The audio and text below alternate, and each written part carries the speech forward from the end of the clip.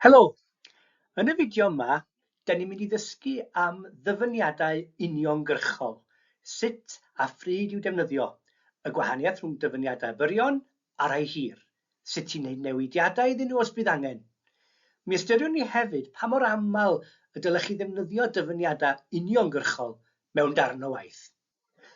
Felly, mae dyfyniadau uniongyrchol yn integreiddio gwaith pobl eraill yn eich gwaith eich hun air am air. Mae hynny i'w weld ar waith yn y dyfyniad yma gan Lakoff a Johnson, lle mae'r geiriau Saesneg metaphor is pervasive in everyday life wedi integreiddio i'r frawddeg Gymraeg. Mae dyfyniadau fel arfer yn cael eu marcio â dyfynodau, naill ai'n sengl neu'n ddwbl yn dibynnu ar yr arddull gyfernodi y mae disgwyl i chi defnyddio. Ac wrth gwrs, maen nhw hefyd bob amser yn dod gyda chyfeiriad at y ffynhonnell wreiddiol. Yn yr enghraifft hon, felly, system gyfernodi Harvard sydd i'w gweld gyda blwyddyn a rhif tudalen y dyfyniad mewn cromfacha. Mae'n bwysig pwysleisio yma bydda absenoldeb dyfynodau yn cael ei ystyried yn ffurf ar len ladrata. Mae hynny'n amlwg yma gan fod dwy iaith yn cymysgu, ond lle'n ladrata bydda hyn o fewn un iaith hefyd. Hyd yn oed os bydd y ffynhonnell yn cael ei chydnabod gan gyfeirnod, mae diffyg dyfynodau yn awgrymu yn gamarweiniol mai chi bu'r geiriau. Felly, bydda ail fersiwn yr enghraifft welwch chi yma, heb ddyfynodau, ddim yn dderbyniol. Os ydych chi'n defnyddio dyfyniad hir, yr arfer ydy i fformatio fel dyfyniad bloc sydd wedi osod i ffwrdd o weddill y testun fel sy'n cael ei ddangos yn yr enghraifft yma. Mae'r dyfyniad cyfan wedi fewnoli ar y chwith. Mae bwlch uwchben ac o dan y dyfyniad, a does dim dyfynodau. Yn wahanol i ddyfyniadau byrach, dydy'r dyfynodau ddim yn angenrheidiol yma oherwydd bod y fformatio gyda'r mewnoliad a'r bylchau eisoes yn dynodi hyn fel dyfyniad. Mae pennu'r ffin o ran yr hyn sy'n cyfri fel dyfyniad hir yn gallu amrywio yn ôl gwahanol arddulliau cyfernodi.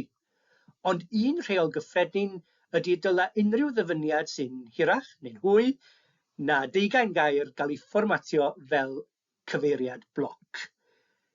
Gnewch yn siŵr eich bod chi'n gwirio'r canllawiau ar gyfer eich arddull cyfernodi felly, fel eich bod chi'n gwybod pa reol i'w dilyn. Nawr, gadewch i ni edrych yn fanylach ar sut gallwch chi ymgorffori dyfyniadau yn eich gwaith yn effeithiol. Yn gyntaf, mae'n bwysig gwneud yn siŵr bod eich dyfyniadau uniongyrchol yn gwneud synnwyr yn eu cyd-destun. Mae'n rhaid iddyn nhw gyd-fynd â gramadeg y frawddeg o'i cwmpas fel nad oes yna wrthdaro rhwng eich rhan chi o'r frawddeg a'r dyfyniad ei hun. Mae hyn yn gallu bod yn heriol, yn enwedig pan fyddwn ni'n ymdrin â dwy iaith sydd â strwythurau gramadegol gwahanol iawn, y Gymraeg a'r Saesneg er enghraifft. Yma er enghraifft, mae dechrau'r frawddeg, mae Lakoff a Johnson yn dadlau bod yn llifo'n ddigon naturiol i'r dyfyniad metaphor is pervasive in everyday life ac yn ffurfio un frawddeg ramadegol. Felly, gnewch yn siŵr nad oes yna wrthdaro o ran gramadeg. Nesa, mae'n hanfodol nad ydych chi'n ymyrryd yn ystyr cyd-destunol y dyfyniad gwreiddiol. Os edrychwn ni ar yr enghraifft yma, mae'r gwreiddiol o lyfr Tomasello, Origins of Human Communication, yn cyfeirio at the current hypothesis. Mae'r gwreiddiol felly nodi'n glir mai dim ond rhagdybiaeth ydy hon, nid ffaith bendant.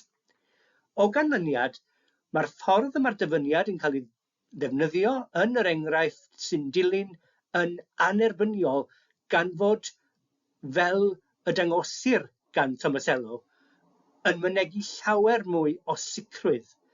Yn hytrach, mi fydda'n rhaid i ni ysgrifennu rhywbeth fel yn ôl damcaniaeth Tomasello neu fel yr awgrymau Tomasello mwyn cynnal gwir ystyr y dyfyniad. Mae'n bosib gwneud rhai newidiadau i ddyfyniadau uniongyrchol er hynny. ond mae angen marcio unrhyw newidiadau a wneir gyda chromfacha petrial. Enghraifft, mi ganiateir i chi hepgo'r rhan o'r dyfyniad cyn belled nad yw newid ystyr y gwreiddiol. Mae enghraifft o hyn i weld yma.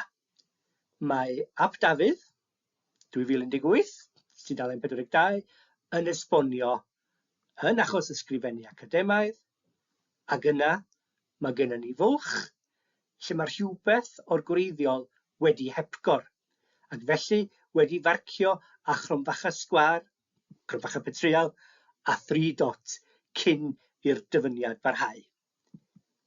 Rhaid cynnwys cyfeiriadau ac yn y blaen.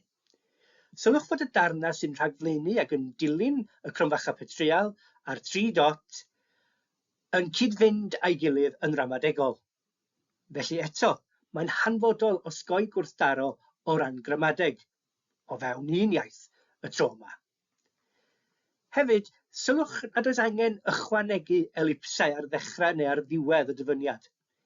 Mae'r dyfynodau eisoes yn nodi bod hyn wedi dynnu allan o'i gyd-destun ac y gallai rhywbeth fod wedi ymddangos cyn neu ar ôl y dyfyniad. Peth arall falle'r hoffech chi newid ydy'r llythyren gyntaf mewn dyfyniad. Mae hyn yn arbennig o gyffredin yn y Gymraeg oherwydd y treigliadau. Mae'n ymddangos yma, enghraifft, mae L dreigliedig a oedd yn y gwreiddiol, ond ar gyfer y cyd-destun newydd yma, mae angen newid yr L yn L gysefin. Yr arfer felly ydy marcio'r newid hwnnw gyda chromfacha petrial. Mae'r un egwyddor yn wir pan fyddwn ni'n newid prif lythyren yn lythyren fach, neu'r gwrthwyneb i hynny, ac yn amlwg mae hynny'n berthnasol i ieithoedd Ewropeaidd ar wahân i'r Gymraeg hefyd. Weithiau, gall newid rhagenw fod yn opsiwn hefyd.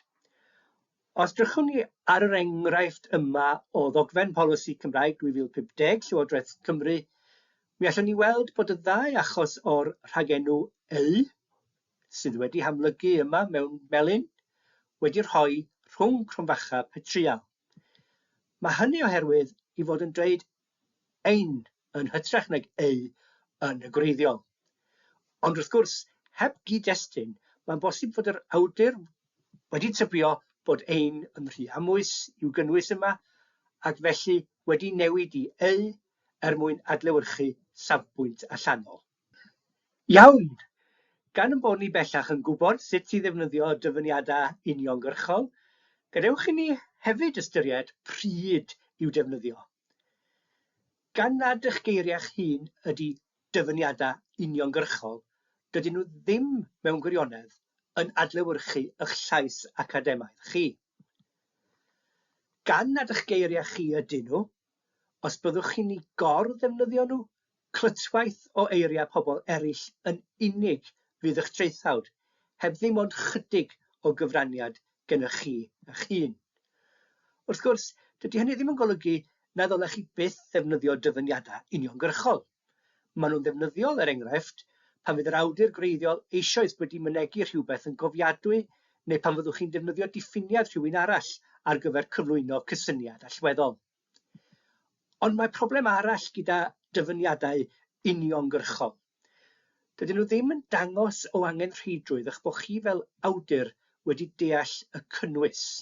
Y cyfan ydych chi wedi ddangos ydy eich bod chi'n gwybod sut i gopïo a gludo geiriau o un ddogfen i'r llall.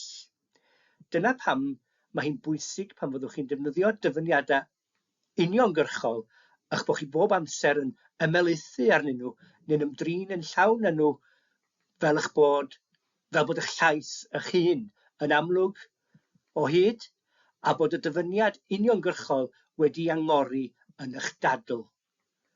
Yn ola, mae hefyd yn bwysig gwybod bod y defnydd o ddyfyniadau uniongyrchol yn amrywio o un ddisgyblaeth i'r llall.